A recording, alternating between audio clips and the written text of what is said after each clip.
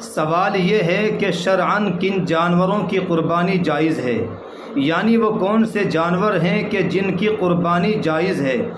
تو یاد رکھیے، قربانی کے جانور اونٹ، اونٹنی، بھینس، گائے، دمبا، بکرا، بکری، بھیڑ ہیں۔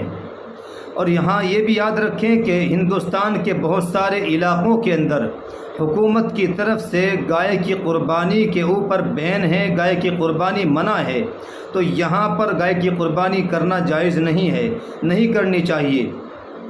اور ساتھ ساتھ میں یہ بھی یاد رکھیں کہ یہ جانور جو میں نے گنائے ہیں قربانی کے لیے، یہ تمام جانور گھریلو ہوں، پالتو ہوں، وحشی نہ ہو، یعنی جنگلی جانور نہ ہو۔ جس طریقے سے آپ نے افریقہ کے جنگلات کے اندر جانوروں کو دیکھا ہوگا کہ وہاں بھینس، گائے وغیرہ وہ جنگلی ہیں، تو ایسے جنگلی جانوروں کی قربانی جائز نہیں ہے، بلکہ وہ گھر میں رہنے والے ہوں، گھر میں پالتو ہوں۔ اور اسی طریقے سے مرغے کی یا گھوڑے کی قربانی بھی جائز نہیں ہے، چونکہ اللہ کے حبیب صلی اللہ علیہ وسلم سے قولاً یا فعلاً ان کی قربانی ثابت نہیں ہے۔ اسی طریقے سے نیل گائے یا ہرن کی قربانی بھی جائز نہیں ہے۔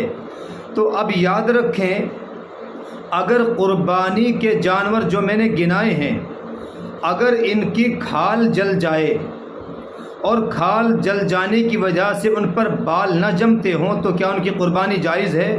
تو ان کی قربانی بھی جائز ہے، جبکہ ان کے اوپر کوئی زخم نہ ہو اور ان کے اعضاء صحیح سالم ہوں، تو ایسے جانور کی قربانی جائز ہے۔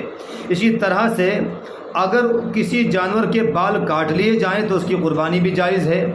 اور یہ بھی یاد رکھیں کہ اگر کسی جانور کو قربانی کے لیے لٹایا گیا، اس کو ذبح کرنے کے لیے لٹایا جاتا ہے اور اس کے اندر کوئی عیب پیدا ہو جاتا ہے، مثال کے طور پر اس کی ایک آنکھ نکل جاتی ہے، تو اس کی قربانی بھی جائز ہے۔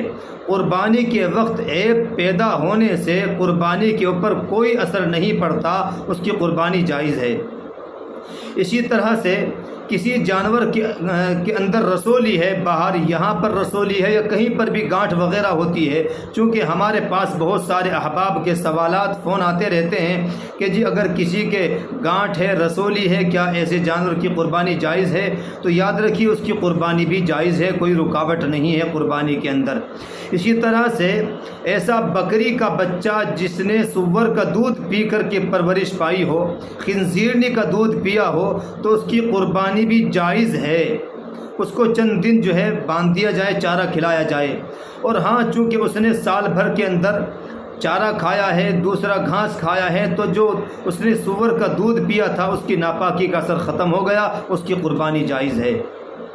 اسی طرح سے اگر جانور گندگی کی غلاظت کھاتا ہے، کسی جانور کو ناپاکی کھانے کی عادت ہے، کوئی یعنی ٹٹی کھا لیتا ہے، بہت سارے جانوروں کی ایسی عادت ہوتی ہے، تو ایسے جانوروں کو باندھنے سے پہلے قربانی کرنا نہیں چاہیے۔ قربانی کرنے سے پہلے ایسے جانوروں کو باندھ لینا ضروری ہے۔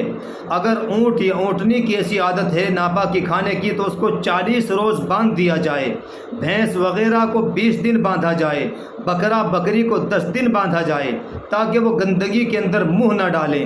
جب ان کو چند روز باندھ دیا جائے گا اور ان کو چارہ کھلایا جائے گا تو اب اس کا اثر ختم ہو جائے گا۔